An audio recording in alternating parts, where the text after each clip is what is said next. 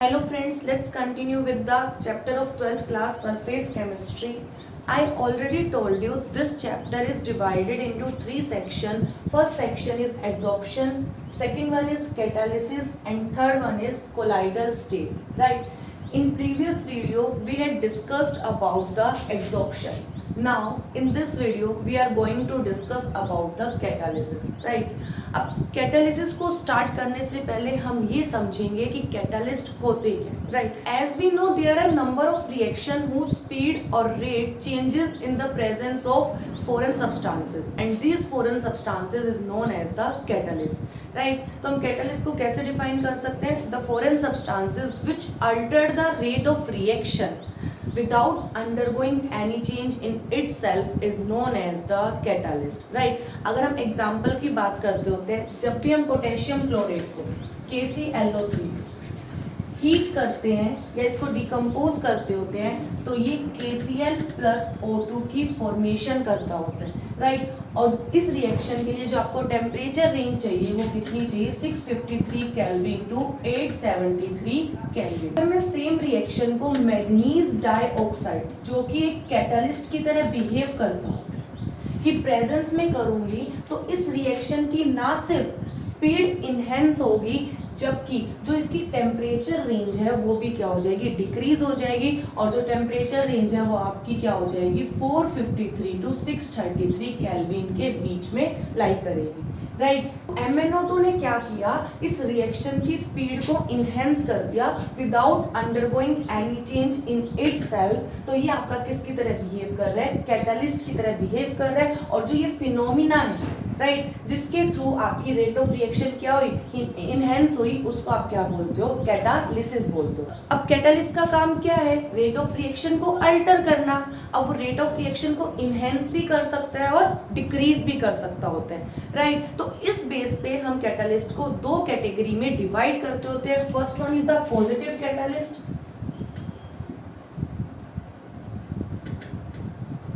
Negative catalyst. Positive का मतलब क्या होता है? एडअप होना. तो पॉजिटिव कैटालिस्ट वो होंगे जो रेट ऑफ रिएक्शन को इंक्रीज कर देंगे, जबकि नेगेटिव कैटालिस्ट वो होंगे जो रेट ऑफ रिएक्शन को क्या कर देंगे? डिक्रीज कर देंगे. अगर हम एग्जांपल की बात करें तो MnO2 ने क्या किया? रेट ऑफ रिएक्शन को इंक्रीज किया था. तो आपका मैग्नीज डाइऑक्साइड एक पॉजिटिव कैटालिस्ट की तरह बिहेव करेगा. जबकि अगर आप B2O5 को वेनेडियम पेंटाऑक्साइड को यूज करते होते हो ड्यूरिंग कॉन्टेक्ट प्रोसेस, ये आपका क्या करेगा? ये भी आपका पॉजिटिव कैटालिस्ट की तरह बिहेव करेगा. जबकि आप ग्लिसरॉल को यूज करते हो during the decomposition of H2O2 hydrogen peroxide, तो इस केस में जो ग्लिसरॉल है वो रेट ऑफ रिएक्शन को कम कर देता होता है. तो ये आपका नेगेटिव कैटालिस्ट की तरह बिहेव करेगा. और जब कैटालिस्ट रेट ऑफ रिएक्शन को इनहेंस कर रहा है तो वो प्रोसेस आपका क्या कहलाएगा? पॉजिटिव कैटालिसिस कहलाएगा. और जब आपका कोई कैटालिस्ट रेट ऑफ रिएक्शन को डिक्रीज कर रहा है तो वो प्रोसेस आपका क्या कहलाएगा? नेगेटिव कैटालिसिस कहलाएगा. राइट, बात ये आती है कि जो पॉजिटिव कैटालिस्ट है वो रेट ऑफ रिएक्शन को इनहेंस कैसे करता है और जो नेगेटिव कैटालिस्ट है वो रेट ऑफ रिएक्शन को डिक्रीज कैसे करता होता है. तो पॉजिटिव कैटालिस्ट के केस में जो आपकी एक्टिवेशन एनर्जी है वो क्या हो जाती है? लोअर हो जाती है. यानी कि जो पॉजिटिव कैटालिस्ट है वो lower activation energy path provide करता होता है, जबकि negative catalyst higher activation energy path को प्रोवाइड करता होता है. इसी रीजन से पॉजिटिव के केस में रेट ऑफ रिएक्शन इनहेंस हो रही है और नेगेटिव के केस में रेट ऑफ रिएक्शन आपकी क्या हो रही है? डिक्रीज हो रही है. राइट, नेक्स्ट हमारे पास क्या है? Promoter and poison. अब प्रोमोटर और पॉइजन क्या है? राइट, प्रोमोटर वो सब्सटेंसेस होते हैं जो किसी कैटालिस्ट की एक्टिविटी को इनहेंस करते होते हैं. कैटालिस्ट क्या करता है? रेट ऑफ रिएक्शन को इनहेंस करता होता है, जबकि प्रोमोटर क्या करता है? वो कैटालिस्ट को की ही एक्टिविटी को यानी कि कैटालिस्ट के काम करने की क्षमता को बढ़ाएगा ताकि वो रेट ऑफ रिएक्शन को क्या कर सके? इनहेंस कर सके. तो उसको आप क्या बोलोगे? प्रोमोटर. तो promoter are those which increase activity of catalyst. जबकि पॉइजन क्या होते हैं, जो कैटालिस्ट की एक्टिविटी को डिक्रीज कर देता है। अगर एग्जाम्पल की बात करें तो मोलिब्डेनम आयरन कैटालिस्ट के केस में प्रमोटर की तरह यूज होता है, जबकि कार्बन मोनोऑक्साइड और आर्सेनिक आपके पॉइजन की तरह यूज होते हैं। प्रमोटर और पॉइजन काम कैसे करते हैं, जो पॉइजन है ना वो रिएक्टेंट की एक्टिव साइड के साथ जाके बाइंड अप हो जाते होते हैं, ताकि वो क्या करे, आपके कैटलिस्ट की एक्टिविटी को डिक्रीज कर दे। जबकि जो प्रमोटर है वो कैटलिस्ट के सरफेस की रफनेस को इंक्रीज करते होते हैं। हमारे पास आता है टाइप्स ऑफ कैटलिस्ट। जो कैटलिस्ट होते हैं वो टू टाइप्स के होते हैं। First one is the homogeneous and second one is the heterogeneous. Homo का मतलब क्या होता है, सेम। That means जब सारे रिएक्टेंट और कैटालिस्ट दोनों ही सेम फेज में एग्जिस्ट करें तो उसको आप क्या बोलोगे, होमोजेनियस कैटालिस्ट। जबकि सारे रिएक्टेंट और कैटालिस्ट डिफरेंट फेज में एग्जिस्ट करेंगे तो उस केस में हम क्या बोलेंगे, हेट्रोजीनियस कैटालिस्ट। अगर हम एग्जांपल की बात करें तो जब भी आप सल्फर डाइऑक्साइड को सल्फर ट्राइऑक्साइड में कन्वर्ट करते हो तो इस केस में जो आपका कैटालिस्ट है वो कौन है, नाइट्रोजन मोनोऑक्साइड, राइट। तो ये भी आपका क्या है, गैसियस फेज में, ये भी आपका क्या है, गैसियस फेज में, ये भी गैसियस फेज में है, तो और ये भी क्या है, गैसियस फेज में। तो all are in same phase, तो ये आपका क्या कहलाएगा, होमोजीनियस कैटालिस्ट कहलाएगा, राइट।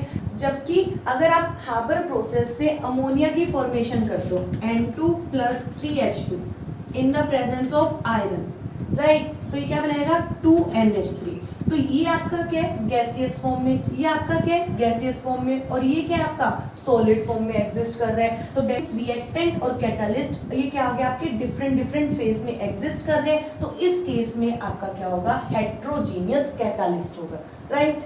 आती है कि जो होमोजीनियस और हेट्रोजीनियस कैटालिस्ट है वो किस तरीके से मैकेनिज्म को प्रोसीड करते होते हैं, राइट। तो सबसे पहले हम बात करते हैं mechanism for the homogeneous catalyst. जो होमोजीनियस कैटालिस्ट का मैकेनिज्म है वो इंटरमीडिएट कंपाउंड फॉर्मेशन थ्योरी पे बेस्ड है, राइट। अब इसमें होता क्या है, जो आपका कैटलिस्ट है आइदर वन और मोर देन वन रिएक्टेंट के साथ केमिकल कॉम्बिनेशन करता होता है और एक इंटरमीडिएट कंपाउंड की फॉर्मेशन करता होता है, और वो कंपाउंड आइदर डिकम्पोज्ड होके नहीं तो किसी दूसरे रिएक्टेंट के साथ कंबाइन होके प्रोडक्ट की फॉर्मेशन करेगा और कैटलिस्ट को रीजनरेट कर देगा, राइट। तो इस तरीके से जो आपका होमोजीनियस कैटलिस्ट है वो अपना मैकेनिज्म शो करता होता है।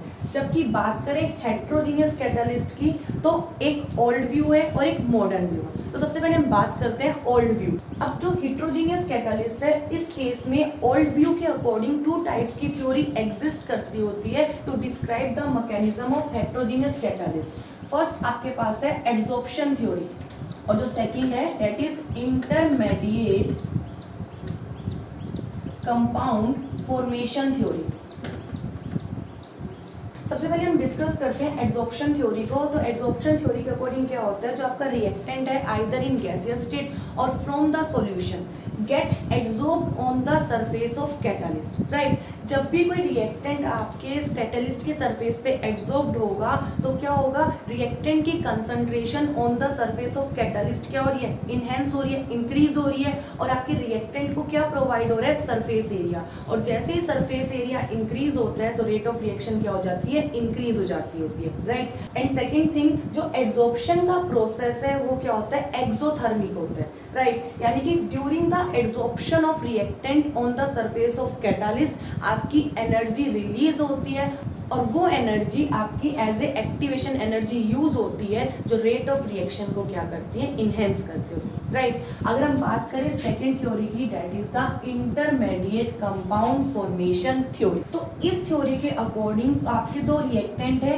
ए और बी, वो क्या करेंगे, किसी कैटलिस्ट सी के साथ जाके केमिकली कंबाइन हो जाएंगे और एक इंटरमीडिएट कंपाउंड की फॉर्मेशन कर देंगे जो आपका डिकम्पोज होके product as well as catalyst को रीजनरेट कर देगा, राइट। बट जो मॉडर्न थ्योरी आई थी ना, वो मॉडर्न थ्योरी आपकी adsorption theory and intermediate compound formation theory का क्या था, कॉम्बिनेशन था। तो मॉडर्न थ्योरी के अकॉर्डिंग ऐसा माना गया जो सॉलिड कैटलिस्ट होते हैं उन पे क्या होते हैं, फ्री वैलेंसी होती है, राइट। और जो मॉडर्न थ्योरी है वो बेसिकली 5 स्टेप्स को फॉलो करती होती है to describe the mechanism of a heterogeneous catalyst, right. अब मॉडर्न थ्योरी के अकॉर्डिंग हम क्या देखते हैं, हमने एज्यूम किया कि हमारे पास एक कैटलिस्ट है और ए और बी आपके क्या है, 2 रिएक्टेंट है। तो जो फर्स्ट स्टेप होगा, फर्स्ट स्टेप क्या कहता है कि जो रिएक्टेंट है वो कैटलिस्ट की तरफ क्या होते हैं, डिफ्यूज होते हैं। First one is the diffusion of reactant A and be towards catalyst, right. Second, तो सेकंड पॉइंट में क्या होता है, ये जो दोनों रिएक्टेंट है ए और बी वो कैटलिस्ट के सरफेस पे जाके क्या हो जाएंगे, एड्सॉर्ब्ड हो जाएंगे और केमिकली लूज बॉन्ड की फॉर्मेशन कर देंगे। तो सेकंड स्टेप क्या है, adsorption of reactant on the surface of catalyst and form loose chemical bond, right। और अगर हम थर्ड पॉइंट की बात करें, थर्ड पॉइंट में जब ये ए और बी आपके क्या हो रहे हैं, कैटलिस्ट के सरफेस पे जाके एड्सॉर्ब्ड हो रहे हैं और लूज केमिकल बॉन्ड की फॉर्मेशन कर रहे हैं and due to this chemical combination एक इंटरमीडिएट कंपाउंड की फॉर्मेशन होती है। तो थर्ड पॉइंट क्या है, formation of intermediate compound, right। अब फोर्थ पॉइंट क्या है, this is the desorption of the product molecule from the surface of catalyst due to lack of affinity toward catalyst surface, right. This is the desorption of product from catalyst surface. और fifth point क्या है, this is the diffusion of the product molecule from the catalyst surface.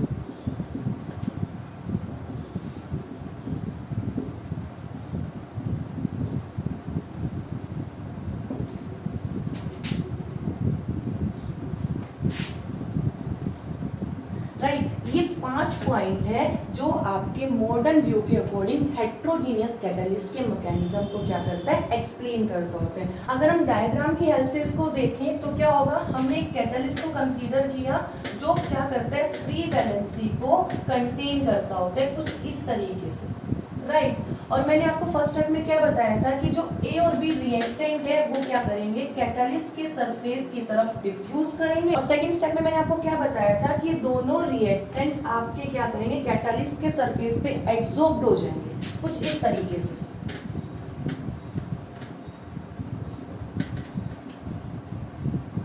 और एक loose bond की formation कर देंगे, right. और third step में क्या किया था हमने कि एक इंटरमीडिएट कंपाउंड की फॉर्मेशन होगी कुछ इस तरीके से।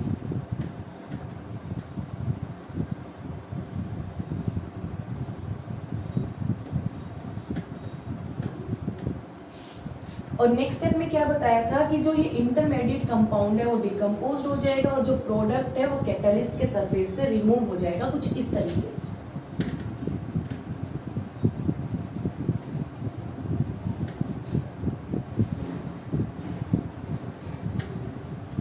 राइट। और नेक्स्ट स्टेप में क्या होगा कि ये प्रोडक्ट है वो कैटलिस्ट से क्या हो जाएगा, डिफ्यूजन अवे करेगा, राइट। तो कुछ ए बी की फॉर्मेशन हो जाएगी और आपको एज इट इज का as it is catalyst regenerate मिल जाएगा। तो इस तरीके से आप डायग्राम की हेल्प से मैकेनिज्म ऑफ हेट्रोजीनियस कैटलिस्ट को एक्सप्लेन कर सकते हैं। अब बात ये आती है कि मॉडर्न एड्सॉर्प्शन थ्योरी की एडवांटेज क्या है। तो पहली एडवांटेज ये है कि जो आपका कैटलिस्ट है वो बहुत स्मॉल अमाउंट में यूज होता है, राइट। आपने क्या देखा ड्यूरिंग द मैकेनिज्म, जो कैटलिस्ट है आपका वो क्या हो गया, रीजनरेट हो गया, राइट। अगर ये रीजनरेट हो रहा है तो डेट मीन्स आपको बार बार इसको रिएक्शन में ऐड नहीं करना पड़ेगा, बाहर से नहीं डालना पड़ेगा। तो इसीलिए जो आपका कैटलिस्ट है वो बहुत स्मॉल क्वांटिटी में यूज होता है, राइट। और सेकेंड एडवांटेज की अगर बात करें तो जो आपका कैटलिस्ट है वो रीजनरेट हो जाता है without change in its mass and chemical composition. That means यहाँ पे आपकी जो वेस्टेज है वो नहीं होती।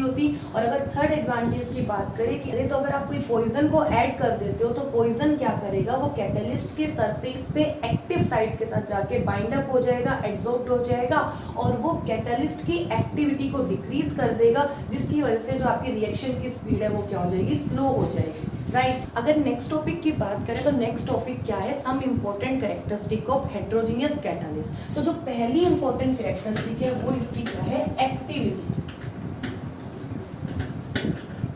अब एक्टिविटी से हमारा क्या मतलब है, by activity we mean that the capacity of catalyst to increase the rate of reaction. Some cases में तो जो आपका कैटलिस्ट है ना वो स्मॉल एक्सटेंट में रेट ऑफ रिएक्शन को 10⁻10 टाइम्स तक भी क्या कर सकता है, इनहेंस कर सकता होता है। That means we can say that कि जो आपके कैटलिस्ट है उनकी बहुत ज्यादा कैपेसिटी है किसी भी रिएक्शन को फास्ट अप करने की, राइट। अगर हम एंजाइम्स की बात करें तो एंजाइम भी आपके क्या कैटलिस्ट की तरह बिहेव करते होते हैं।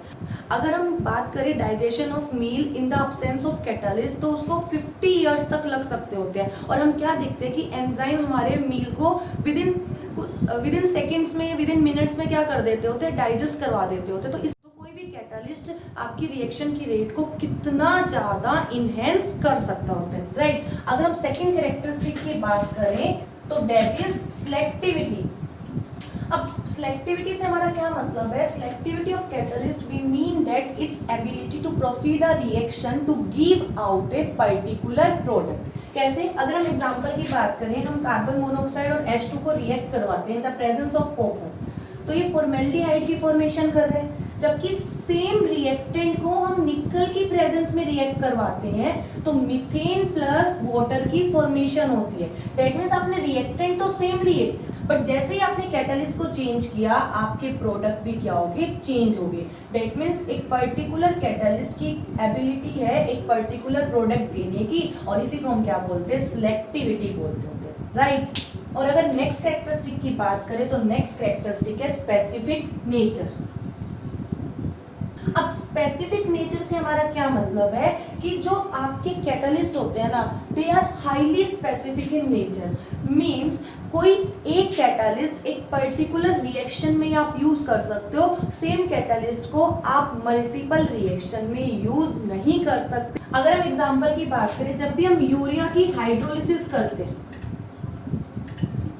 तो ये यूरेज की प्रेजेंस में होती है और ये अमोनिया प्लस कार्बन डाइऑक्साइड को फॉर्म करता हूं। बट अगर मैं एन मिथाइल यूरिया को हाइड्रोलाइज करूं H3NH CONH2 in the presence of urease तो रिएक्शन प्रोसीड नहीं होगी। दैट मीन्स कोई एक पर्टिकुलर कैटलिस्ट किसी एक पर्टिकुलर रिएक्शन को ही क्या करता है, कैटलाइज करता होता है। So these are the characteristics of a catalyst, right.